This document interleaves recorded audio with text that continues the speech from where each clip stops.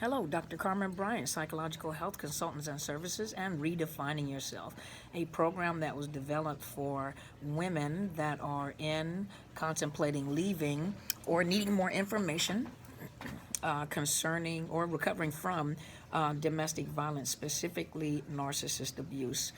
Today, I wanted to talk a little bit about, what happens when you decide to or are leaving a narcissistic relationship. And first of all, allow me to commend each one of you, even if you're contemplating, thinking about. That's the first step of leaving a domestic violence situation, especially a narcissistic relationship. Most women don't die in the relationship. Well, a lot of them do, and a lot of them die coming out of the relationship. First of all, it is the one of the most, not the only, but one of the most important major decisions that you'll ever make in your entire life is to leave a relationship, a relationship of torment, a relationship of abuse, with a broken heart, first of all, because you're leaving a man, and it could be a woman, like I said, this program was created for women, but I do acknowledge that men go through the exact same thing that women go through, different ways, but the same thing. But for those of you that are leaving, you're leaving a person that you love, and your understanding of what love is, because what you're going through is not love, So I want to commend you, those of you that are leaving, and to prepare you for some of the things you may look for, or be prepared that may begin to happen when you make that decision to leave. One thing that I don't want to do, I don't want to give out all the details of what you should do in the process of leaving, the relationship, because there are some narcissists that are stalkers. They monitor your social media. They put tracking devices on your telephone. They watch to see what you're watching because they want to control every aspect of your life. So they also want to control the information that you're getting as well. Because remember, that's one of the part of isolating you so that you don't get the truth, about your situation. And so I'm not going to put the details of how you should leave the relationship, but I do, recommend that you reach out to a victim's advocate at your local YWCA or call the domestic violence hotline, which you can find on your phone. You can find, on the internet, and reach out. Here in the state of Washington, they have the Northwest Justice Project. They also have the Crystal Judson Justice Family Center, the YWCA, that will assist you in getting out of your relationship, getting out of the domestic violence, housing, legal. And my biggest recommendation, especially if you're going through a divorce or you have children that are involved, is to make sure that you find a lawyer that is well versed in high conflict cases or domestic violence cases. And sometimes the best resources is with the victim's advocate, that they can connect you with resources, with lawyers that understand domestic violence. For many women, they don't speak out. So by the time you speak out to say that I'm going through domestic violence, there is no documentation or record of it ever happening. That's the most frustrating thing for a victim, is to have to disclose that information to a judge or to a lawyer, and there is no paper trail. And sometimes that's how it is, or there is no evidence. So I highly recommend that you reach out to a victim's advocate and talk about your situation and get advice. I am not a lawyer, so I cannot give you legal advice, but I'm also not going to give you the details on what to do to prepare to leave the relationship, because your narcissist could be listening to everything that I'm saying. And what they'll do is they'll use what I say against you. They'll turn it around and use it against you. Also, be prepared that, when you make a decision to leave, they know everything about you. They study you. They don't know you as well as you think they know you, but they study you enough to know your behaviors, your reactions, your responses, and they can sense when you begin to change. When you begin to change and you get more knowledge and you start gaining strength, they're in fear that you're going to leave, and so they're either, up the antics of the abuse to get control over you again, or they'll up the antics of the love bombing and making you feel good about yourself. But remember, everything that they're doing is a game, is a role play. Now, when you make a decision to leave, first of all, it also depends on how good of a supply you are. If you are an excellent supply, meaning that you have suffered through this relationship for years and years and years, you have really become an excellent supply. And so they're not going to find anyone equal to you because it took many years to get to where, where they are with you or where you are with them. If they sense that you're trying to leave, they're already looking for another supply to replace you because they cannot be alone. They need someone to feed that false ego, that false grandiose perception of themselves. So they need someone to feed into that. And normally they go look for a supply that doesn't know anything about them, or a supply that falls, all over themselves for, this narcissist. Now, let's say that the narcissist has secured a supply but hasn't locked in the supply good enough. They may teeter in between trying to hold on to you and trying to move to the new supply because they know that you're about to discard them. And remember, you're dealing with an individual that has developed this facade of how big their ego is, and 9 times out of 10, and this is always right, they've already smeared your name. So they've already made you look like the unstable one that's unable to manage money, and you have issues, and and they feel sorry for you, and they're in the relationship because they have to help you. It sounds as if you're like mentally incapable, and you're not. Now, let's say that they've already have a new supply, and they can feel you pulling away and getting away from them. What they have to do is to lock in that new supply. What they'll do is super love bomb them. And so now they have to triangulate to get this new supply on their side because they understand fighting with numbers. So they have to lock in this new supply. And of course, everything that they have done to you, they'll reverse it and present it as if you're the person that was doing it to them. They are never going to take accountability of how they damaged or destroyed the relationship or the people that were involved in the relationship. What they do is they may give you just enough information, give the new supply just enough information to make it appear as if they're remorseful, they made a mistake. I made some mistakes, but, he has never forgiven me, never moved on, so they'll give them just enough information to watch to see how they respond. And if they respond in a very empathetic way, oh, that's so terrible, I can't believe that they know that they have them locked in. So from that point forward, they don't tell the new supply all the things that they're doing to harass you. They're not doing anything, they're not telling them anything and how they're poking the bear, how they're stalking you, the things that they're doing, just, even to try to stick their foot back in the door. They don't tell them how they're still trying to, grab a hold of you to lock you back in because they've gotten the supply on their side to fight with them. So the new supply becomes just as I would say devious, but just as mean and cruel as the narcissist because they're going off of the information that was provided to them from the narcissist. So in one way, it's almost as if you can't blame the new supply because remember, she's just as ignorant as you were when you two started dating or met each other. She doesn't know. But eventually she will, and a lot of the behaviors that, he talks about will become very apparent eventually as the relationship goes. Now, keep in mind, like I said, another thing is if you have children, if you have children involved. That's why it's so imperative that you have a good and another thing that they do is if they have more money, they bank on the fact that they can keep taking you back and forth to court to try to exhaust your funds of being able to defend yourself. So they'll try to keep taking you back and forth to court to exhaust your funds so they can win. Remember, they have this insatiable appetite, number one, to be right and to win. And if you discarded them, to them, that's a narcissistic injury. And it may mean that you win and you make them, that's a blow on their ego. And so they're insatiable. They'll do anything at all costs to win against you, even when they're wrong. Now, in court proceedings, one thing that I tell ladies is stop trying to explain yourself so much. Stop trying to defend yourself. They're going on a smear campaign. They're going to take your name and drag your name through the mud.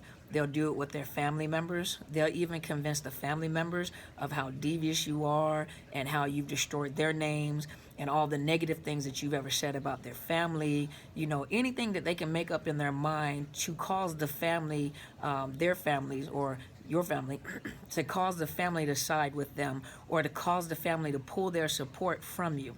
So they're going on a smear campaign with the new supply, with their friends, and then one thing I don't want you to be surprised about is the fact that they'll put that in court proceeding paperwork. They'll present it to their lawyers or their legal teams or the judge as you being an unfit parent, you starving the kids, you guys are walking around with one shoe on and snot coming out your nose, but they'll do anything to discredit you and anything they possibly can to smear your name in the court system. The one thing that they're hoping that you do is that you become reactive. And so becoming reactive or trying to get them back or responding without thinking, sometimes your best bet is to silent, just be quiet. No matter how much you want to say something, no matter how much you want to defend yourself, be quiet. When it comes to defending yourself, talk to your lawyer. Talk to your lawyer to figure out how to respond, when to respond, what to say, what not to say, because whatever way you respond, remember, the judge doesn't know you too personally. And so the judge will look at how, if you're all over the place and you're emotionally unstable, the narcissist will use that against you. See, she's emotionally unstable. See, how can she take care of the kids and she's emotionally unstable? I think we need to get a mental health examination. But me as a clinician, I know that if you send someone over to get a mental health examination while they're heightened and they've just been abused or humiliated or, the manipulation that they do, when I do the assessment, everything is elevated. So it makes it look like they have a serious mental health issue, and that's probably not the case. They're responding to stress. They've been living in a stressful environment, and they're still being, abused even outside of the relationship. Narcissists do not have the capacity to stop. They do, until sometimes they do so much until they legally get themselves in trouble. That's when it all comes out. But my best advice to you is stop trying to explain yourself. Stop trying to justify yourself. Stop trying to make people believe, actions speak louder than words. And my best advice is to depend on that lawyer. Talk to your lawyer. Get a good relationship with your lawyer so they can see, they know the law. And the other thing is to lock yourself into a good domestic violence advocate program, an advocacy, YWCA. If you have a justice program for women that are impoverished or lack funding for legal assistance, through the YWCA, through certain pro bono programs, through the legal system in your state, they may be able to assist you. I know I spoke to one of the advocates who's a friend of mine, and she said that's what she does all day. Put them in the right direction when it comes to legal support and go to court with them, to help them. And she does this all the time. So this is the kind of stuff that she's accustomed to seeing. The average family lawyer or the family law, don't always deal with high, what was the word I used? The domestic violence portion of it, and especially with a narcissist, because narcissists can sound very, very, very, very intelligent, very well educated, and it seems like they have a whole lot of, knowledge, but sometimes they lack common sense. Well, most of the time they lack common sense. So let's look here. So, prepare that there's a possibility that they will stalk you. Especially if they have not locked in a good supply. Be prepared that they will triangulate with a new supply so that they can, it's almost like getting more ammunition to fire at you. And they'll get that, the new supply may not know anything about you, never talked to you before, but they'll take the information that this narcissist is given based upon what is happening. Now, the narcissist is not going to give the new supply all the information on what they're doing to cause you to react the way that you react. But what happens is they'll take your reaction and give it to the new supply. So guess what the new supply does? They defend their narcissist boo. That's what they do. And if you think about it, you can't be mad at them because you did the exact same thing. And that is the ignorance that we lived in. Ignorance just means you lack knowledge. Let's see. What's another thing to be aware of? Remember, they see you as an object, to be owned, controlled, mistreated, and used as emotional punching bags, not independent agent or people with free will. So you don't have the capacity to think for yourself because they put it upon themselves that they have to think for you. So remember, you leaving the relationship, number one, that's a narcissistic injury. And number two, how dare you think for yourself or think outside of the box or someone else has given you information that did not come from me or was not filtered through me. Let's see.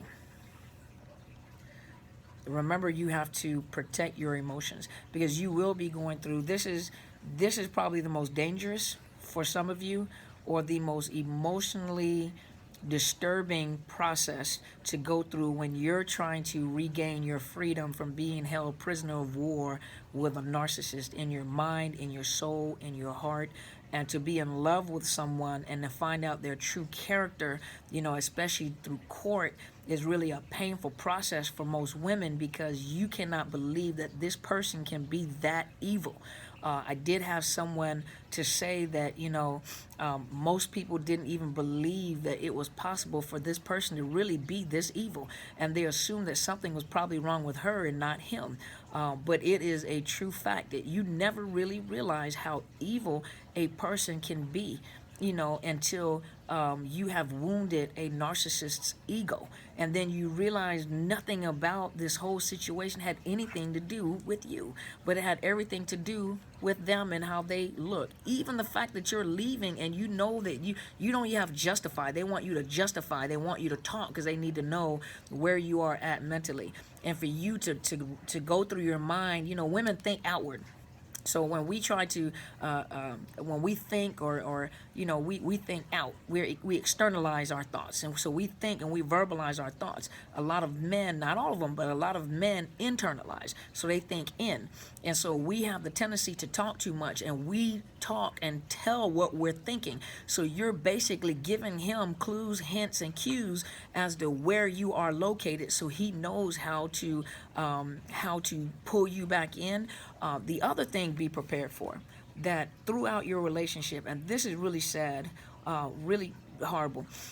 Throughout the relationships, you and this person, and you thought that this person was your friend. That's my friend. That's my BFF. That's my husband friend. Woman friend. For those of you men that have gone through it. But you're going through, and you two were supposed to be best friends. So that means that you told a lot of secret things that were on your heart. You exposed a lot of secret feelings, experiences, and you disclosed your heart. You've given your heart. You've be prepared that those secrets that you told will be used against you.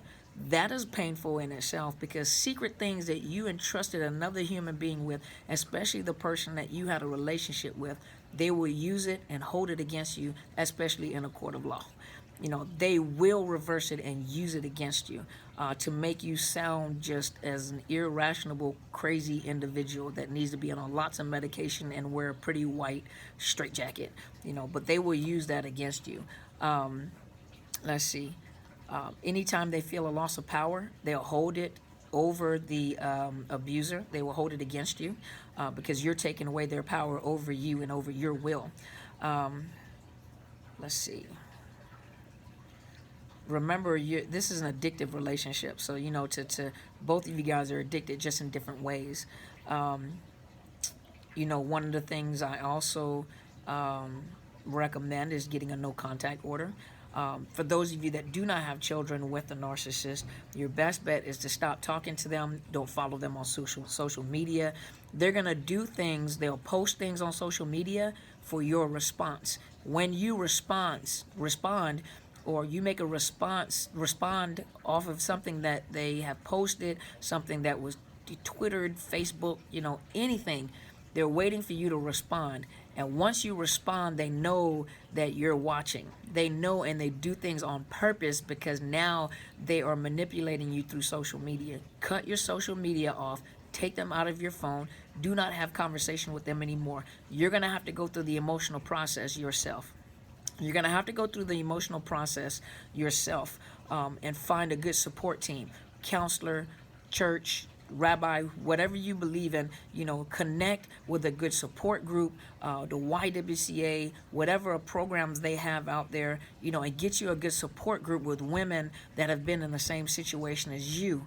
It takes a village to raise a child, so it's going to take a village, to help. I think that's an African proverb, but it's going to take a village of women to help support you and to get you through what you need to get through. And it's a very painful process for many people. So let's see. We were talking about the post-breakup triangulation. Let's see. Be prepared for the smear campaigns, meaning that be prepared that they'll threaten you, they'll try to scare you with court proceedings, threaten to take your children away, you're an unfit parent.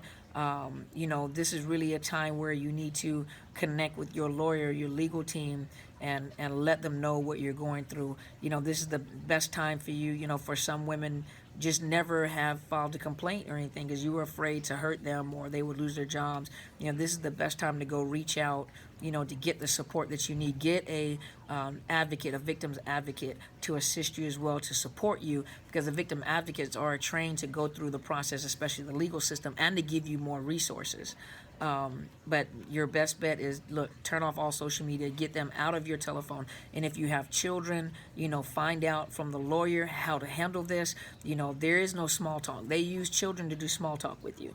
A lot of times you'll find out that the things they do with the kids, they'll send the children text messages, they'll say things about you, or they have a inappropriate conversation with the kids concerning your situation, your divorce, child support, anything. They have inappropriate, and then they manipulate the kids. Oh, I love you so much, and I miss you, and I wish I could see you, and mommy's keeping you away. That may not be the case, or look what I did, everything. Now they're manipulating the kids, but they're also doing it to make sure that you see it as well, so that you can respond. Do not be reactive. Be quiet and think before you speak, and then ask for advice. Talk to a friend, talk to a support system, talk to a mentor before you make any responses, because they're waiting for you to respond and respond.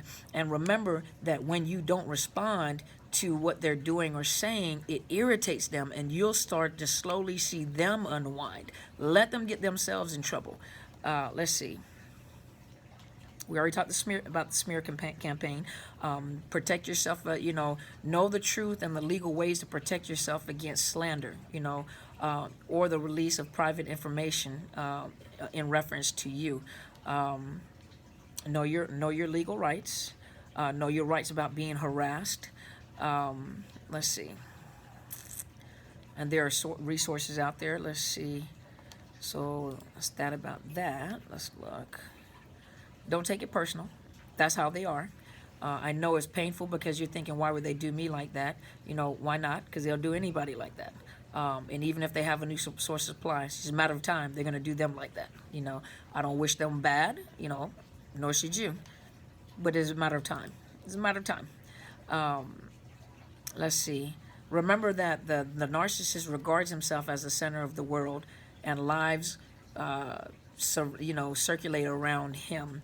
That means that he is the source, or they believe that they are the source of emotions, responsible for all development, positive and negative alike.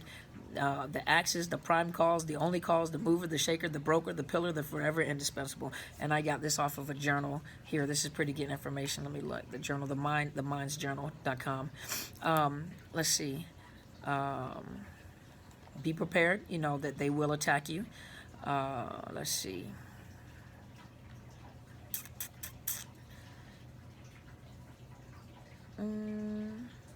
Yeah, I think that's... Let me look around. Let's see here. Having children with a narcissist. Be prepared. They may do things like not bring the kids back when they're supposed to. If you are an immigrant, threatening to call the immigration police on you so that they can have custody of the kids. They can abuse your children. Some physically, sexually, and emotionally, and or emotionally. They don't mind humiliating you in front of the children, or in public. They'll use your children to check up on you, so they'll have conversations and throw little questions out there for the child to respond to. It sounds like very innocent questions, but they'll throw little questions out there, and the child will respond to those questions innocently, but they're really exposing information about you. Lying to the children to turn them against you. One of the things that you can get with the victim's advocate is to put together a safety plan, or even here in the state of Washington, they have a parenting plan. You work with the advocate to help you with a parenting plan. I won't go into details about that as well, because that information can be used against you. Let's see.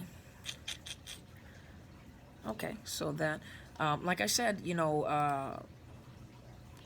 let's make sure I give you all the information that I had here.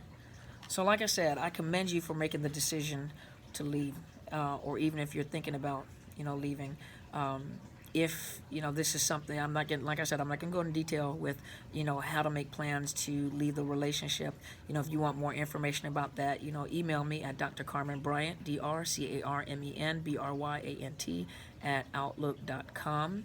And depending on what state you're in, we'll try to connect you with some resources for them to assist you in making a plan to leave the relationship and to protect yourself. Remember that many women are killed on the way out of the relationship, and once a narcissist has been injured where you have decided to leave, they take it as a discard, or they hate rejection, they hate abandonment. They'll do anything to get you back, but once they get you back, they'll punish you severely to make sure you don't leave again. Remember the trauma bonding, so be prepared that you will be punished. Yes, they'll try to present you with all the things you've ever wanted, to hoover you and to love bomb you and to get you back into their grips, but you have to remember why you're leaving. You may even start losing emotional feelings for them. Now you're looking at, this is an addiction, this is wrong, I'm not supposed to be here, something is wrong with this individual, and that's that cognitive dissonance. I know that I need to go, but I just can't leave. What if he hurts, or what if he tries to commit suicide? Remember, a part of the power and control wheel, when you're talking about domestic violence, the threats of suicide, that's a part of domestic violence. The threats of suicide or homicide.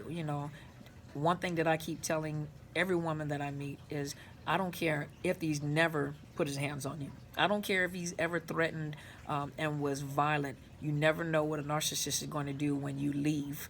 You don't know how violent they can be, for the fact that you have disrupted the facade and this wonderful ego they have built in front of their friends and family. Be prepared, and I know there's nothing I can do to protect your emotions. It's something that you're going to end up having to go through and seeing for yourself. But when they go on a smear campaign, an attack against your reputation, against you as a person, with their families, in the court system, with their new supply, this new supply will jump on the bandwagon with them to support this individual that they don't know. You were a good supply. I want you to be prepared for that mentally, because those are some of the things that can happen. But I commend you for making the decision to go, and remember, don't talk so much. Don't talk so much. They're expecting you to respond. When they do things, they're expecting a response from you so they can figure out where you are.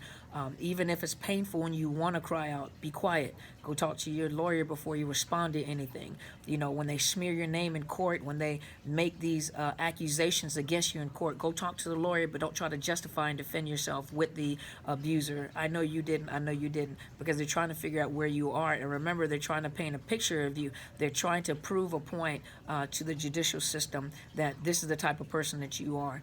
Prove them wrong by being quiet and going to talk to your lawyer. Once again, I commend you for making this decision. This is one of the hardest decisions that most women have to make, especially when you're still in love with the person that has been so abusive to you. But you too can recover. Please go to my YouTube channel, subscribe to my YouTube channel at Dr. Carmen Bryant, Bryant, Overcoming Narcissist Abuse, or you're welcome to join me on my professional webpage, which is Psychological Health Consultants and Services, and join me as I post videos. Any questions you have, you're welcome to email me at DrCarmen Bryant @outlook.com.